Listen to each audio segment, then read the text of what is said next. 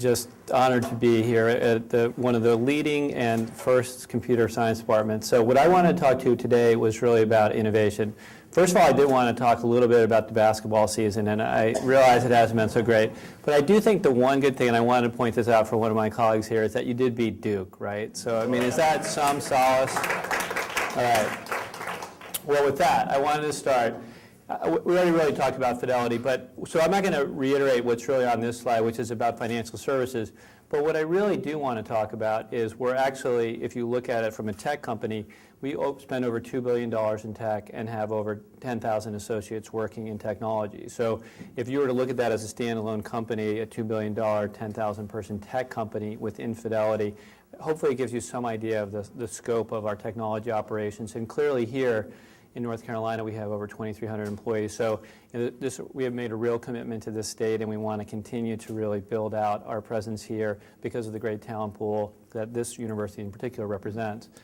But why innovation is so important? The first thing is, if you really look at what's happening externally, the lifespan of organizations is dramatically shrinking. So we're all familiar with the concept of product life cycle. And now we're really seeing firm life cycles and even industry life cycles. So if you look at this chart here, the average lifetime of an S&P 500 company, and to get into the S&P 500, obviously you have to have a fair level of real staying power, is shrinking dramatically. It's gone from 60 years to 15 years. So innovation in this context isn't a nice to have. It's not, gee, I hope we get some, but it really becomes a matter of survival. When you look at even in a leadership position, we're clearly a leader in several of the segments that we compete in, but when you look at the rate of a market leader falling, so maybe not dying, but really moving from a leadership position, it has increased dramatically. So the pace of change, driven a lot by the pace of technology, is not just helping new companies get started and grow, but frankly, it's actually leading to a very rapid and dynamic change in the leadership positions of major companies. So when we look at innovation, there's really two kind of sides of it. First of all, we look at it as a process, and it's a process about creating and delivering new customer value. But Fidelity has always been a huge believer in Kaizen. You know, the idea of continuous improvement added up incrementally can make a huge difference. So that doesn't go away. And if you look at that, there's a lot of ideas. This is people doing what they do every day, but doing it differently. And if you would look at, as an example, Fidelity.com, you know, we launched Fidelity.com in 1995. We're the first mutual fund company to do it. If you look back at it today, it looks completely ridiculous. I mean, it's just a bunch of brochureware. There's no transactional functionality. And yet, it wasn't some big bang theory that got us from here to there. We really started by improving it every year, every day, using a lot of techniques that you're referencing around user design, and over time it changed dramatically. So the process of Kaizen is clearly something that we firmly believe in and is very, very important. But on the other side of it is really about radical, disruptive, or game-changing innovation. And these come along less often, obviously. I mean, in some ways in our industry, the web was that. If you look at 20 years ago, Fidelity primarily delivered their services via the telephone, and now we have 96% of our trades happen online, and 90% of our customer interactions happen online. So in that period, we've dramatically changed the way we deliver services. So that process of both continuous improvement and incremental improvement added together is really what we're talking about. But it is really a focus on delivering customer value. So here's how FCAT tries to play in this. So we believe that there are several roles that are needed to really come to play. If you look at models of innovation historically, there might be something like a Xerox PARC or a Bell Labs where you have this highly centralized function. Their job is innovation, other people's job is operations. At the other end of the continuum, there are companies like Google with the 70-20-10 model where everyone's job is innovation and people can take up to a third of their time working on innovative projects. We actually have kind of a hybrid of those two. So on the one hand, continuous innovation is everyone's job, that Kaizen. But at the same time, we really wanted to have a group that was specifically tasked with looking externally to bring in new ideas. So that would be their day job, and they would be really responsible for doing that. That's the role that FCAT plays today. So to do that, we felt we needed 5 different functions. The first is an executive briefing center. A lot of collaboration emanates from getting people together and having them brainstorm and look at things in different ways. And we really wanted to create a place that enabled us to do that. So we've created kind of a different environment than the rest of Fidelity, where associates can come together and really think outside the box, and at the same time we can share with them what are some of the leading technology trends.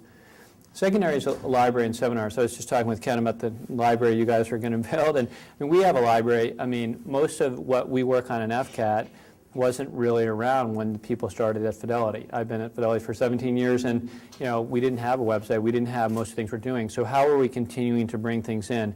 So we actually have a physical and a virtual library where we do over 100,000 self-service searches and literally hundreds of custom research reports.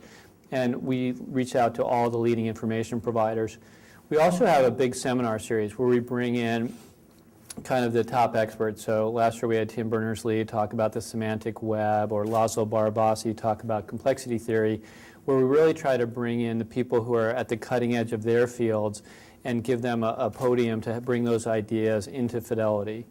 And that really leads to the R&D function. So once we get those ideas in, how is it that we really are able to sort through them?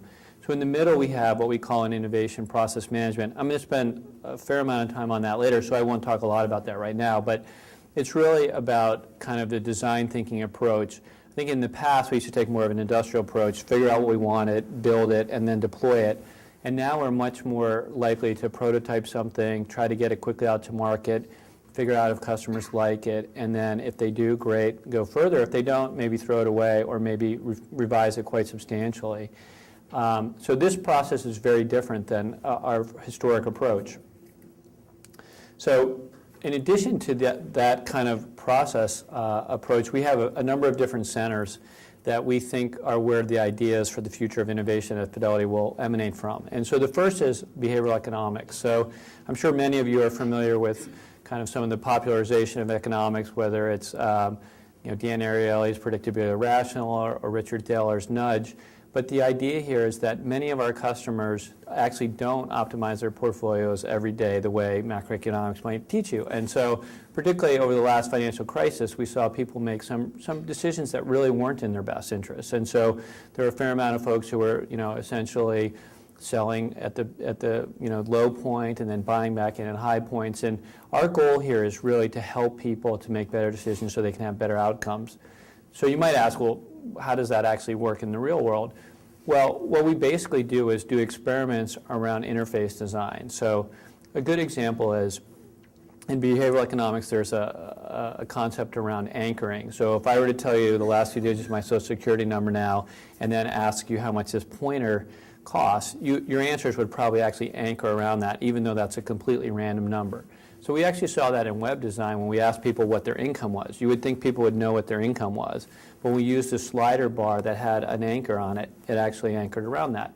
And so even though that was better for usability, we decided actually to take it out and move it into text box in some cases to get people to be able to put in the right answer, because it's very key to our assumptions. So the idea is really to take these concepts of experimenting and taking what we know about the mistakes people make and apply it to their best interest. And so that's a field that we feel there'll be a lot of innovation that will emanate both in product design and in interface design over the next few years. The next area is collaboration. This is really where we help our employees work better together across time zones, across geography, across language, and with our customers. So I actually, my last job when I was working on the redesign of Fidelity.com, our design center and all our designers were actually here in our Raleigh-Durham site. We had developers in Bangalore, in Salt Lake City, in Nova Scotia. We had business people in Rhode Island. And so how did they actually work together? And so here we work on things like creating internal social networking platforms, on creating kind of a second life for the enterprise where we have virtual worlds, and I'll talk a little bit about that later. But ways to get people to be able to operate as if they were actually physically together, even though they're all over the world. But this is a very big idea for us in terms of really helping the enterprise productivity, but actually into tapping into our customers. So today we actually have existing customer forums where we have every day customers give us feedback about what do they think about our iPhone app, as an example, which launched today, and give us real-time feedback about that so that we can immediately improve it.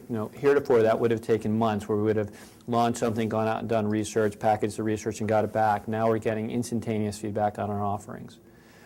The third area is complexity theory. So we have a complexity scientist, and Basically what he does is looks at the world through the lens of complexity sciences, so as a complex adaptive system. So you can think about this in terms of, Kevin Bacon's 6 degrees of separation. We're all kind of linked in some way. Unfortunately for Kevin Bacon, he was linked to Bernie Madoff, but that's another story. But I think the issue for us is we have a number of network connections. We need to understand through agent-based modeling if one goes out, what would happen. But you can imagine that same type of approach applied to counterparty risk. You can imagine that same type of approach applied to understanding which employees actually have the skill set we need somewhere down the road here. So the idea is to take the frameworks and the tools of complexity science and to apply them to our existing business problems. The third area is energy and environment, and that's really about how do we use resources more intelligently. So those resources could be power in a data center, they could be paper in an office environment, they could be frankly, water and plates in an executive briefing center. But the idea here is really to make sure that we're being very efficient with our resource utilization. So those are kind of our vertical areas that we look at. And those were chosen very specifically when we decide to set up a center. It's because we believe it's a persistent theme, something that we think will be around for a while. It's something where we believe it's at a new enough stage that there's still a lot of value to be gained by pursuing it aggressively.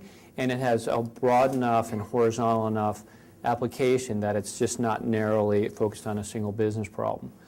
To underpin those, we have the three kind of horizontal centers: accelerated innovation, which is all about productizing the process of innovation, emerging technology, and consumer trends, emerging consumer trends. It's really for us the intersection of our business goals, what consumers are looking at, and emerging technology. Bringing those three things together is where we find new value for customers. So I'm going to talk a little bit more about the accelerated innovation process. We started this center last year, and this is a classic case of most internal innovation centers or think tanks kind of get the rap, gee, they have a lot of good ideas, and there was some interesting stuff, and I saw some cool prototypes, but nothing ever came to market. And so our goal here was really to make sure that that didn't happen, that we were really able to generate the best ideas, really provide full transparency to what's going on, and then to bring them through this process. And the idea here is really to be much more crisp about what happens at each phase in this. So how many ideas did we get? How many we were able to get to a prototype? How many of those prototypes actually made it to the next stage? And to really create much higher levels of transparency. And this is really where the internal web applications helps us to do this. So in the past, if you would think about an innovation challenge, you might have a bunch of people who got the ideas and they'd go off in a room somewhere to figure them out. Now we're able to actually use the wisdom of crowds to say, all these ideas were submitted, have people vote on them, and in various different ways, have people build on them. So we're actually able to engage our employees to not just generate ideas, but to actually rate and rank them and to help us to push them through the process.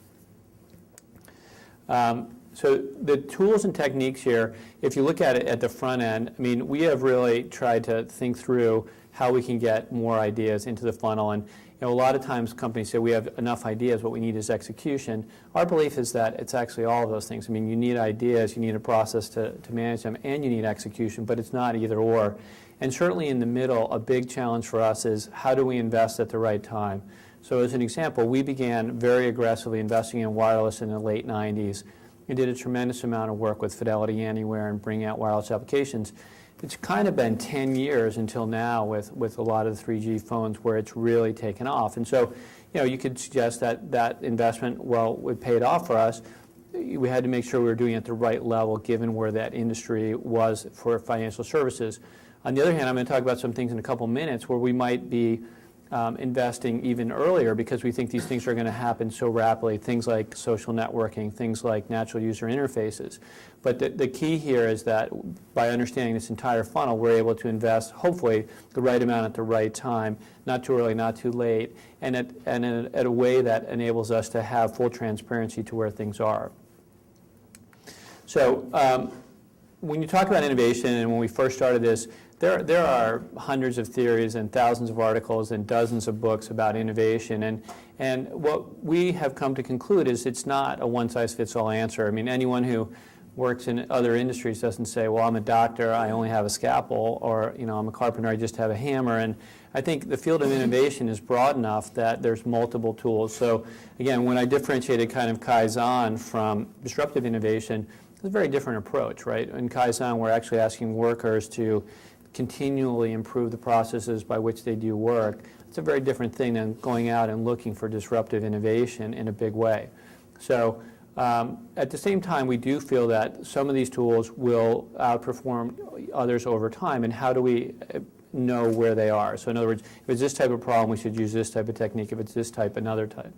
And that actually leads to the question of measurement. And a lot of innovation theory is kind of backwards looking, where people say, oh, I knew that was going to work. But if you look at people who have repeatable processes for innovation where they were really able to measure it, it's kind of few and far between. I mean, a lot of times the books that were all about the innovative companies begin to look quite silly. I mean, if you've looked at In Search of Excellence a couple decades later, half the companies that were the innovative companies are no longer in business, much less actually leading their respective industries. And so I think that we're still very early in this, but our goal internally is not to try to solve this writ large, but to really say specifically in Fidelity's environment, in our industry, what seems to work for what type of problem, and then how do we then scale that out? We have 40,000 employees. We're in all parts of the world. When we learn something somewhere, how do we get that to the rest of the organization? And that's why we created this center, to really serve as a focal point for that, so that things that are being learned are being rapidly propagated.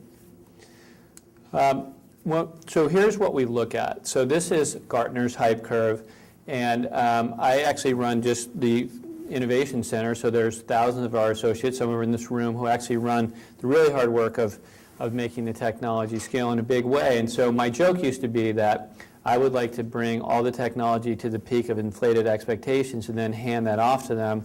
But none of them actually laughed at that joke, so I can see you're not dissimilar. But the point is, almost every technology gets overhyped in the short term, right? So cloud computing now, I'm certain it's going to solve every problem we've ever had.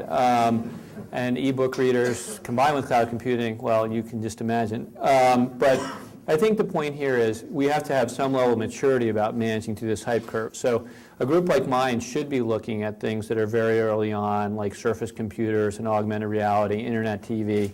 But the base businesses, it's probably a little too early for them.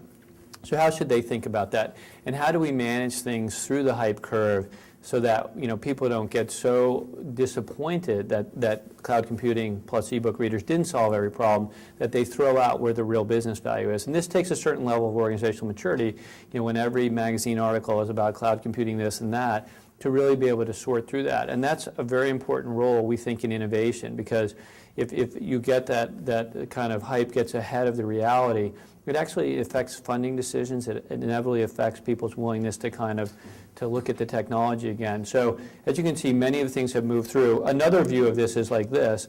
We try to, and again, this is from Gartner, but the idea is that some things have transformational possibilities, some things incremental, some things are further out.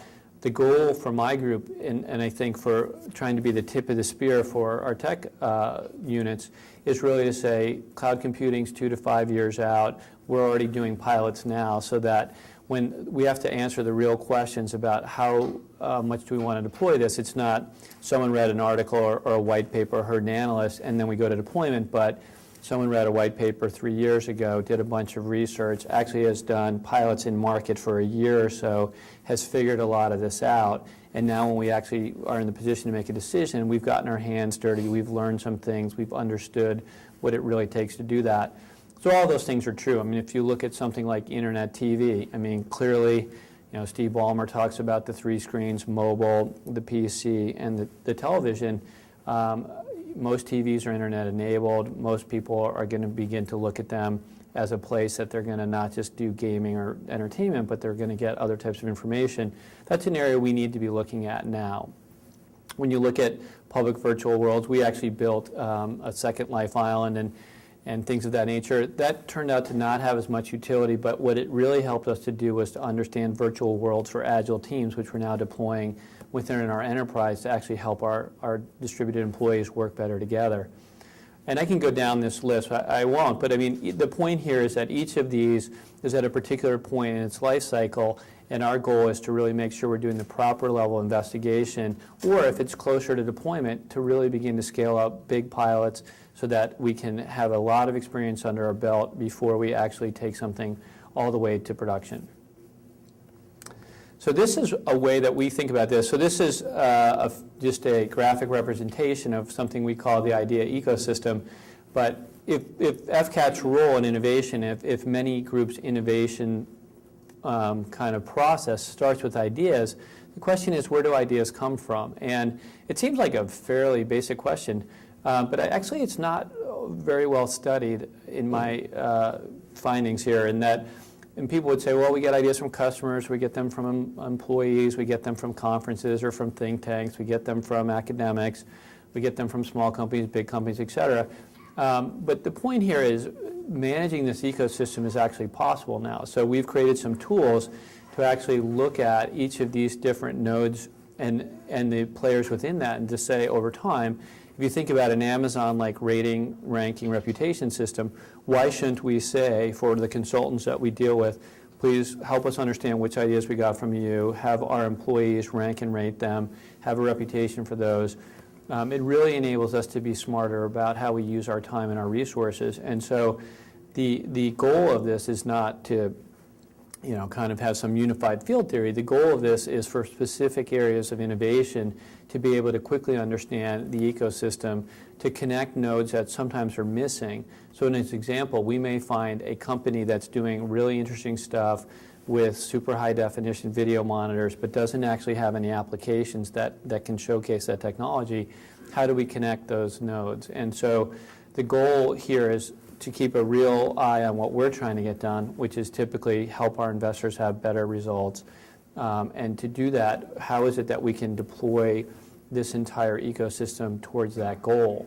So this gets a little tricky over time, because a lot of times what you find is that the ecosystem manages you. So some of the bigger companies, they have very aggressive sales forces. We may spend more time with them than we might with academics or promising startups, just because it's just frankly easier for us. And so this gives us a tool to be much more disciplined about how we spend our time, and say, why are we spending so much time with some large software company when we don't think we get a lot of great ideas there, but what we find is that these other companies are better. So by having that measurement mechanism, it enables us to be more thoughtful about how we try to source ideas and how we really try to then follow those ideas throughout.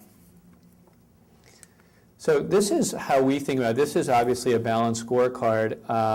My job is really at the bottom of the page here. I mean, I can invest in skills and acquiring knowledge, and I can create a culture, and then I can direct some activities around process and operations. But really, the end goal is for our clients, right? So one very important set of our clients is obviously our individual investors, and really their goal here around better investing results. And so improved experience and satisfaction. So some of the work we talk about in terms of our human factors lab, in terms of looking at, as an example, Fidelity.com designs, is really, our goal here is to have people be able to do whatever they want to do on Fidelity.com as quickly and easily as possible. How is it that we can actually figure that out in a laboratory before we bring it out in the real world? Well, to do that, we have to back up. We have to have design skills. We have to have experimentation and measurement skills. And then we have to then, in this process and operations, we have to be able to put in place some processes. So I think that sometimes when you begin to talk about innovation in this way, people feel like you're draining all the creativity out of it, or it's becoming too kind of rote. But I actually find it's the opposite. I think by putting some structure around it and some understanding of what we're trying to achieve, because if innovation is not just invention or just new stuff, but it's actually creating customer value, for each individual initiative we take on, we have to have a line of sight to that customer value. So when we decide to fund a pilot, someone has to be able to articulate, we think this will actually help an individual investor get better investing results, or have a more pleasing and convenient experience at one of our interfaces, or it will improve our efficiency, which will enable us to be more aggressive in pricing to them, or it will enable our B2B customers to have greater capabilities and be more competitive. So it's very difficult at early stage innovation to be able to do an ROI or put a financial case around it, but it's absolutely essential to have a line of sight to business value. And so this is a process where we've created some templates that really enable our researchers to be able to do that. And it actually has a great effect of people self-censoring and saying, you know what, this is a really cool idea. I just can't figure out how we would value it. If you go back to that Gartner hype slide as an example, lots of people talk about nanotechnology or RFID. Very cool ideas, lots of fun stuff. We just can't really see a line of sight for business value in what we do for our investors, so we actually don't look at it. We put it on the shelf. We say we are actively not looking at that, or we've made the decision to not look at that. And now someday it may change, but the point is that in a scarce resource environment, we have to make choices, and it has to be based on, is there going to be a way to create value for customers? So I'll kind of skip through this. This gets back to our planning process. So what we try to do here is really look at client trends. We spend an enormous amount of time talking to our customers, doing research of all varieties. And over the last year and a half, as you can imagine, in financial services, while some things have remained constant, the desire for mobile applications and social applications, some things have changed. I mean, there is no irrational exuberance. There's a fair amount of cautiousness. There's a fair amount of desire for transparency. There's a desire for choice and guidance because people need help. So those are real trends that if we don't actually connect to those, no matter how cool our technology is, it's not going to actually resonate with customers. At the emerging technology area, trends around collaboration, emerging devices, natural user interfaces, et cetera, those give us a lot of grist for the mill. That's kind of the fun part of it. That's the supply side part of it. But then the third part is our enterprise objectives. So how is it that these things would help us to grow our customers, increase our brand resonance, to help us be more competitive and more innovative? And then our focus areas. We don't do everything in FCAT. We've chosen some very specific areas. So when we look at creating any type of plan, it has to be really at the intersection of these four areas. And that's a very good disciplining process for us. So that's kind of the lead up to what we're doing. So we're trying to experiment in a number of different areas. A big theme for us is social. So we launched on Twitter last fall. And if you think about this, for us, it's a great opportunity for us to take content that we're already creating that people find of value when they access it on Fidelity.com or through seminars around the country, and actually deliver to them very conveniently wherever they are. So actually, Dave Smutek runs our Twitter presence out of actually North Carolina here. And basically, what we're trying to do there is make sure that we're having an active dialogue with our customers about what's on their minds, but at the same time giving them content we think is useful for them. Last month, we launched on Facebook. This gives us an opportunity, really, again, to provide more information out to our audiences and to have a dialogue with our customers. And these platforms, because they're already so scaled, if you look at it from a technology perspective, much of the infrastructure was already built. So we didn't have to build the infrastructure. We didn't have to build the application layer. We just actually had to work on a presentation layer and then business processes that add value. So from a technology perspective, leveraging these platforms is quite efficient and really gives us another opportunity to be where our customers are. I talked a little bit about being on the web. So for us, that's a big part of our business, but all these channels are additive. The phones haven't gone away. We still build investor centers all the time. We have a couple here in North Carolina. But it's all about being where our customers are, making it more convenient for them, making it easy for them to access the information that they want. Second big theme is mobile. So as I said, we actually completed our iPhone app earlier this year. It launched today. Happy to report it's already the 7th most downloaded financial app on iTunes, at least right now. But the point here is that even though we had browser-based mobile applications like Fidelity Anywhere, we really wanted to get into building native apps that take advantage of the unique properties of, in this case, an iPhone. So I encourage all of you to go to iTunes and download if you're a Fidelity customer and give us feedback. So we started with a basic set of functions that we think are really what people want out of the gate. But these devices offer us enormous opportunities to add new functionality that is specifically relevant to them. We're looking at other platforms. I won't mention any. But as the mobile game continues to evolve, our goal is to be where our customers are. The other area is collaboration. So this is actually a virtual agile room. So we talked about Second Life, and we continue to have a presence in Second Life. But this is basically what we use for Agile teams. So the idea of Agile software development, as I'm sure you all know, is to be co-located. So you have the business people, the designers, and the developers all in one location, and they're able to rapidly iterate, as opposed to kind of a waterfall approach where the requirements are written, handed off to a team. That works great if everyone's co-located. Unfortunately, or fortunately, we want to really tap into the discrete labor pools around the world, and so sometimes we don't have everyone in the same place, they're distributed. So how can we replicate that? So what this is a room where people come in, again, you could have Bangalore, Salt Lake City, North Carolina, Boston, et cetera, and everyone can come into this room virtually. They can see embedded video, so I could be speaking in this room as you see that, people could be there, they could be at home, and we're able to replicate the walls. If you've ever been in an Agile Development Center, typically there's a to-do list of work that's about to be started or in progress, and we're able to replicate that same setting so that if you miss the meeting, you can go back to the virtual room. If you're traveling, you don't have to be there, et cetera. And so this is something we're piloting right now because we believe it enables us to take advantage of the great labor pools around the country and around the world, but at the same time give people the opportunity to really be working together as effectively as possible. Next area, and this is a further iteration of that, but it really shows kind of how you can actually bring people into it.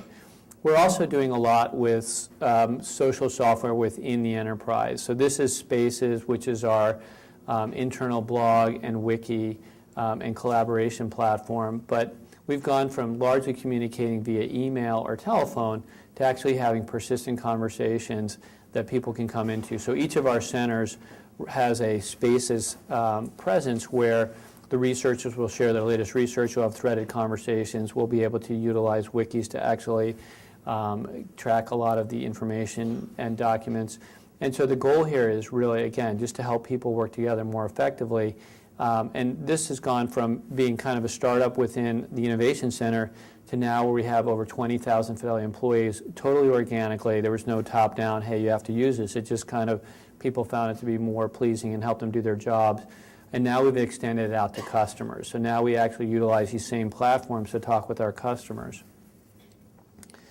Next area is really natural user interfaces. So I do think that this period of the last 20 years where you look at the primary interface for computers being a keyboard and a mouse, I think is about to end. It's not that the keyboard and the mouse go away.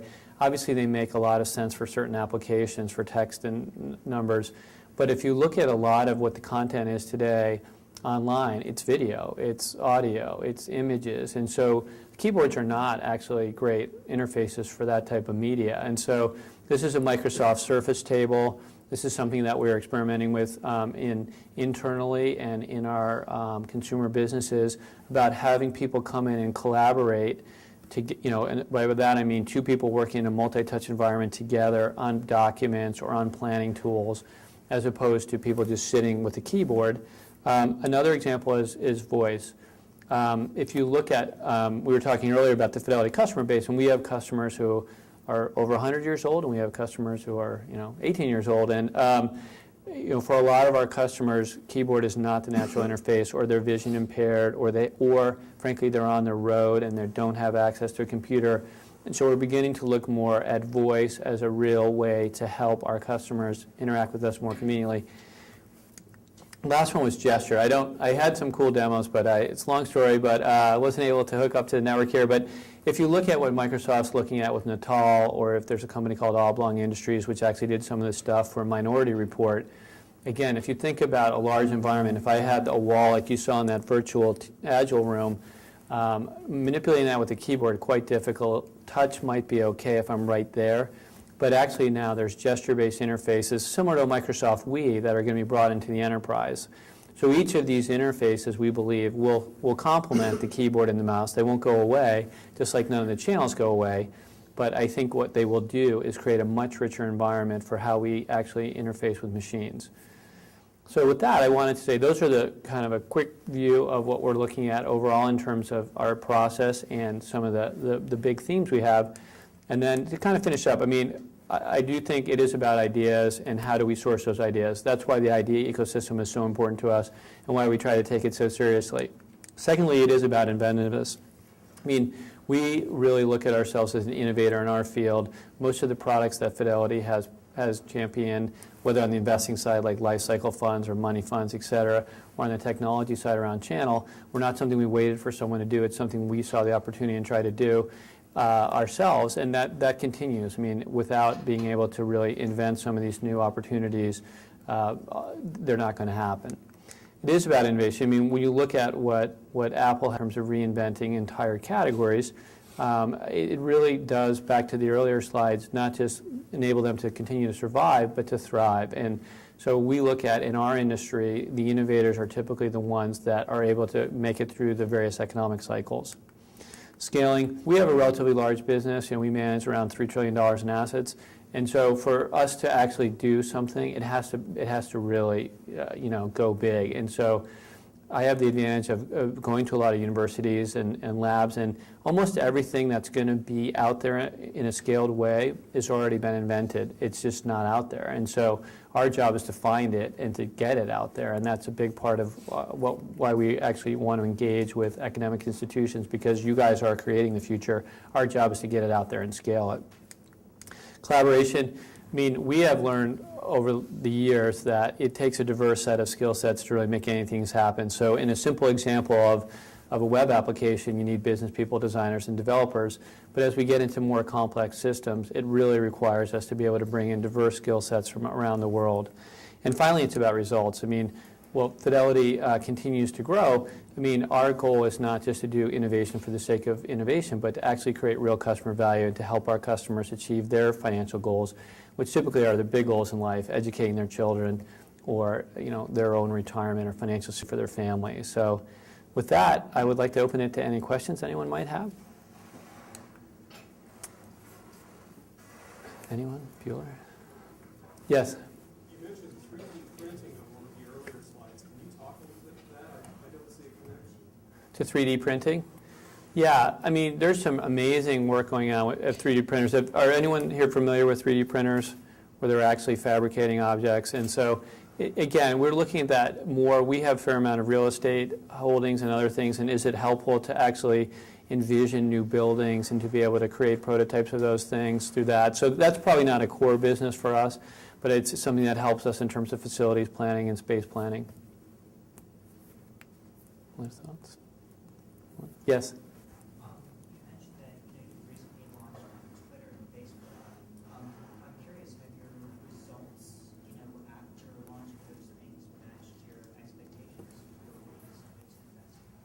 Yeah, that's a good question. So the question was about Twitter and Facebook.